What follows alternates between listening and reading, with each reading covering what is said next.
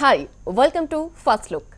ఈ వీకెండ్ థియేటర్స్లో హీరోయిజంలో కొత్త ఇజం చూపించేందుకు పూరి కొత్త కహాని తెచ్చాడు. ఇక థియేటర్స్ని నర్సింగ్ హోమ్గా మార్చేందుకు సీనియర్ స్టార్ నరేష్ వారసుడు నవీన్ ఫిక్స్ అయ్యాడు. మధ్యలో L7 అంటూ కథ ఫేమ్ అది తరుణ్ అదృష్టం మార్చుకుంటానన్నాడు. ఒకే రోజు 3 సినిమాల్లో ఏది గట్టెక్కింది, ఇంకేది గాడి తప్పింది, ఇక ఏ కహానీకి ఏది ప్లస్ ఇంకేది మైనస్, మొత్తంగా ఈ సినిమాల రివ్యూస్ అందించేందుకు సిద్ధంగా ఉన్నారు సీనియర్ జర్నలిస్ట్ ప్రభు గారు. So let's zoom on first look. Puri Jagannadh direction లో కళ్యాణ్ రామ్ హీరోగా తెరకెక్కిన మూవీ ఇజం. ఎన్టీఆర్ బ్యానర్ లో వచ్చిన ఈ సినిమాకు అనూప్ మ్యూజిక్ తో మ్యాజిక్ చేశాడు. ముఖేష్ జీ ఫ్రేమింగ్ తో షాక్ ఇచ్చాడు. మొత్తంగా పూరి కొత్త ఇజం చూడమంటూ హీరోయిజాన్నే మార్చే ప్రయత్నం చేశాడు. పూరి సినిమా అంటేనే కాన్సెప్ట్ లో ఏ ఇజం ఉన్నా హీరోయిజమే హైలైట్ అవుతుంది. సింగిల్ లీడ్ రోల్ సినిమా అంతా హల్చల్ చేస్తుంది. మరి ఈసారి తన మూవీలో హీరోయిజం మారిందా? సో ప్రభు గారిని అడిగి తెలుసుకుందాం. ప్రభు గారు, ఇజం మూవీ టైటిల్ చాలా బాగుంది. అయితే ఈ సినిమాలో పూరి ఎలాంటి ఇజాన్ని చూపించారు? హీరో ఇజం ఎలా ఉంది? ఇజం అంటే మనం మామూలుగా కమ్యూనిజం, క్యాపిటలిజం, సోషలిజం ఇలాంటి ఇజాలకు సంబంధించినటువంటి సబ్జెక్ట్ ఉంటాం. But it is totally purely belongs to the journalism, journalistic. దీంట్లో ఇందా మీరు చెప్పినట్టుగా ఇది తను ఏ హీరో క్యారెక్టర్ని ఫస్ట్ నుంచి ఏ విధంగా ఒక పవర్ ప్యాక్గా రన్ చేస్తాడో అలాంటి రన్ అనేటువంటిది హీరో క్యారెక్టర్ పరంగా ఇందులో కూడా ఉంటుంది అనమాట. త్రూ అవుట్ హీరోయే హల్చల్ చేస్తాడు సినిమా మొత్తం కూడా. ఈజ్ ఏ జర్నలిస్ట్ క్యారెక్టర్ మీద చేసినటువంటిది కాబట్టి జర్నలిజానికి షార్ట్ ఫామ్లో ఇజం అనేటువంటి టైటిల్ పెడుతుంది. అదే పూరి సినిమాలో జనరల్గా హీరోయిజం అనేది చాలా ఎప్పుడు హైలైట్ అవుతూ ఉంటుంది. సో ఈసారి ఈ హీరోయిజం అనేది మెయిన్ లీడ్గా ఉంటుందా? డెఫినెట్గా హీరోయిజమే మెయిన్గా. హీరోయిజంలోనే జర్నలిజంలోనే హీరోయిజాన్ని చూపిస్తాం అనేటువంటిది ఈ సినిమా కాన్సెప్ట్. ఈ సినిమా జర్నలిజం అంటున్నారు కాబట్టి స్టోరీ లైన్ ఎలా ఉంది? స్టోరీ అనేటువంటిది ఒక ఇంటర్నేషనల్ మాఫియా డాన్కి సంబంధించినటువంటి కథ. ఆ మాఫియా డాన్ అనేటువంటి వాడిని ట్రేస్ చేయడం కోసం హీరో వేసేటువంటి ఒక ప్రేమ నాటకం. అక్కడికి వెళ్ళి విదేశాల్లో స్థిరపడి అక్కడ నుంచి ఇండియన్ పాలిటిక్స్ని, ఇండియన్ ఎకనామిక్స్ని శాసిస్తున్నటువంటి ఒక ఇంటర్నేషనల్ డాన్ కూతుర్ని తను ప్రేమలో పడేయటం. ఆ అమ్మాయి తన ప్రేమలో పడిన తర్వాత దాన్ని ఆసరా తీసుకొని అతని తాలూకు కూపీలన్నీ లాగేసుకొని అతను ల్యాప్టాప్తో సహా అతనికి సంబంధించినటువంటి బ్యాంక్ అకౌంట్స్, అతను ఒక బ్యాంక్ని రన్ చేస్తుంటాడు. దాంట్లో ఇండియన్స్ ఎవరెవరు డబ్బులు దాచిపెట్టారు ఇవన్నీ ఈ వివరాలను తీసుకుని బయటకు వచ్చేసి ఆ బయట ప్రపంచానికి ఈ వివరాలన్నీ తెలియజేయటం. అయితే దీనికంటే ముందు ఒక చిన్న లీడ్ ఏంటంటే చిన్నతనంలోనే ఈ కుర్రాడు 13-14 ఏళ్ళ వయసులో ఉండగానే అతని తండ్రి కూడా జర్నలిస్ట్. ఆ తండ్రిని దీనికి నేరస్తులకు సంబంధించినటువంటి ఒక వార్త రాశాడని చెప్పేసి అతని కాళ్ళు ఇరగొడతారు రౌడీలు. ఇరగొడితే ఆ దృశ్యాన్ని కల్లారా చూసినటువంటి వ్యక్తి జర్నలిజంలో తను కూడా జర్నలిస్ట్గా వచ్చి ఈ జర్నలిజంలో ఉండేటువంటి ద్వారా ఒక హీరోయిజాన్ని వాళ్ళ దీన్ని బయటపెట్టడం.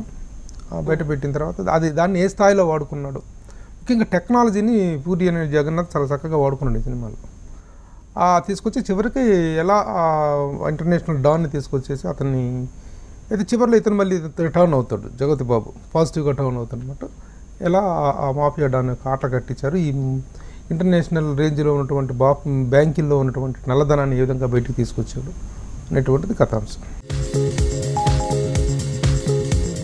అయితే ఇందులో హీరో లుక్ అండ్ ఆ పెర్ఫార్మెన్స్ ఎలా ఉంది కళ్యాణ్ రామ్ స్పెషల్లీ? ఏనప్పటికీ ముఖ్యంగా ఇది జర్నలిజానికి సంబంధించింది. యాక్చువల్గా journalist will fight with the pen, not with the sword. కానీ ఇక్కడ ఏంటంటే హీరో వాళ్ళు తీసుకున్నటువంటి సబ్జెక్ట్ కాబట్టి ఆ సబ్జెక్ట్లో హీరోయిజం ఉంటుంది, ప్రొజెక్ట్ కావాలి, ఎలివేట్ కావాలి కాబట్టి అతను చాలా మ్యాన్లీగా ఇంకా 6 ప్యాక్ దీంతో ఒక ఫైటర్గా, ఒక స్ట్రీట్ ఫైటర్గా ఇంట్రడ్యూస్ చేస్తారు అతని క్యారెక్టర్ని. ఆ స్ట్రీట్ ఫైటర్ గెటప్లో కానీ మిగతా ఏ యాక్షన్ వీటిలో కానీ సీన్స్లో కానీ చాలా బాగా, చాలా యాక్టివ్గా. వీ డోంట్ బిలీవ్ ఇంతకుముందు మనం చూసిన కళ్యాణ్ రామే ఇతనేనా అనేటువంటిది మనం నమ్మలేనంతగా ఆ బాడీలో కానీ ఆ బాడీ లాంగ్వేజ్లో కానీ ట్రాన్స్ఫర్మేషన్ అనేది కనిపించింది. చాలా హార్డ్ వర్కింగ్గా కనిపించడం. అయితే హీరోతో పాటు జగపతి బాబు ఇలాంటి ఇంట్రెస్టింగ్ రోల్స్ కూడా ఉన్నాయి. హీరోయిన్ కూడా మనం చెప్పుకోవాలి మెయిన్గా. సో ఈ మిగతా రోల్స్ కావచ్చు, వారి పెర్ఫార్మెన్స్ కావచ్చు ఎలా ఉంది?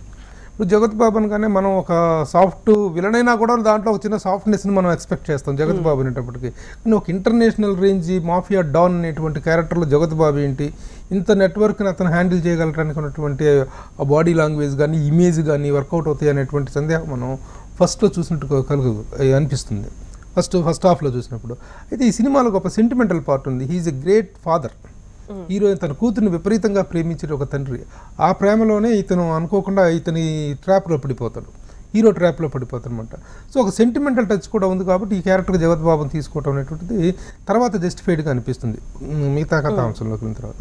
సో జగత్ బాబు అలాంటి క్యారెక్టర్స్ కొట్టిన పిండి కాబట్టి ఆ ఇంటర్నేషనల్ డాన్ లుక్లో అంత లుక్ రాకపోయినప్పటికీ ఈ సెంటిమెంటల్ పార్ట్కి వచ్చినప్పుడు అఫెక్షనేట్ ఫాదర్గా బాగా కనిపిస్తాడు జగత్ బాబు. ఇక మిగతా క్యారెక్టర్స్ ఎక్కువగా హీరోయిన్ అదితి, అమ్మాయి served the purpose of A heroine.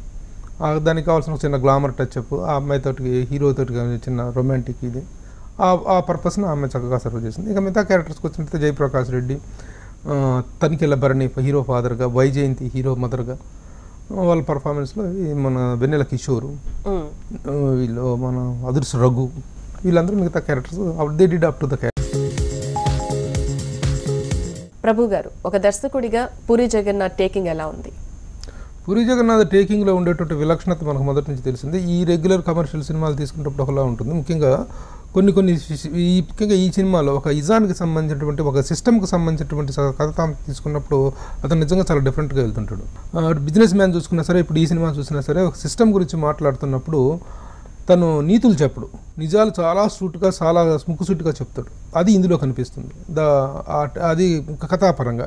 ఇక టేకింగ్ పరంగా అద్భుతం అనమాట. అతను ఎప్పుడూ కూడాను టేకింగ్ని నెగ్లెక్ట్ చేయడు. నిజంగా సన్నివేశంలో అంత డెప్త్ లేకపోయినప్పటికీ కూడాను అతను టేకింగ్ ద్వారా ఆ లోటుని పూడ్చేటువంటి ఒక మంచి టెక్నీషియన్ పూరి జగన్నాథ్. ఇది ఇక్కడ ఈ సినిమాలో కూడా త్రూ అవుట్ ద ఫిలిం దాన్ని మెయింటైన్ చేయగలిగాడు. సో ఈ సినిమా గురించి ప్లస్లు చెప్పారు. సో మైనస్లు ఏంటి? అలాగే మైనస్లు ఏంటంటే ఒక అంతర్జాతీయ స్థాయి మాఫియా డాన్ అనేటువంటి రేంజ్ తీసుకొని, ఒక సబ్జెక్ట్ని తీసుకొని, టెక్నాలజీని అద్భుతంగా ఉపయోగించుకుంటూ సినిమా తీసినప్పటికీ ఆ నెట్వర్క్లో చిల్లీ ప్రజెంటేషన్ అనేది కనిపించింది. అంత సీరియస్నెస్ ఉన్నటువంటి సబ్జెక్ట్లో మధ్యలో కొన్ని క్యారెక్టర్ సెలక్షన్స్ ద్వారా ఒక చిన్న డ్రాపింగ్ కనిపించిందనే ఫీలింగ్ ఉంది తప్ప that is the only minus. The remaining film is fantastic. ముఖ్యంగా towards the climax the film is really good. So music గురించి ఒకసారి మనం మాట్లాడుకుంటే అనూప్ మ్యూజిక్ ఎలా అనిపించింది? Anoop has really given a very good music.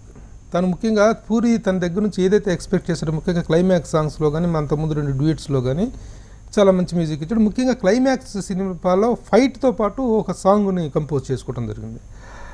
ఆ క్లైమాక్స్ సీన్లో నిజంగా ఒక థ్రిల్లింగ్ క్లైమాక్స్ అని చెప్పచ్చు మనం. ఆ క్లైమాక్స్లో ఆ సాంగ్ని చాలా అద్భుతంగా ఇచ్చి సినిమా ఒక లెవెల్ని నెక్స్ట్ లెవెల్కి తీసుకెళ్ళగలిగాడు. ముఖ్యంగా recording and the climax song. Anup is very success.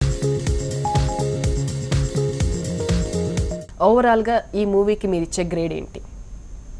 తీసుకున్నటువంటి కథాంశం పాయింట్ ఆఫ్ వ్యూలో కానీ, దాన్ని ప్రజెంట్ చేసిన విధానంలో కానీ, కమర్షియల్ వాల్యూస్ని ఎట్లాగో మెయింటైన్ చేసుకుంటేనే వాటిని నెగ్లెక్ట్ చేసుకోకుండానే ఒక మంచి పవర్ఫుల్ మెసేజ్ని క్లైమాక్స్ పాయింట్ ఆఫ్ వ్యూలో కానీ, ఆ క్లైమాక్స్లో ఈ జర్నలిజం తాలూకు పవర్ గురించి చెప్పినటువంటి విధానం కానీ బాగుంది. సో ఎక్కడ డ్రాపింగ్ అనేటువంటిది కనిపించదు కాబట్టి we can give good to the film. My grade to the film is good.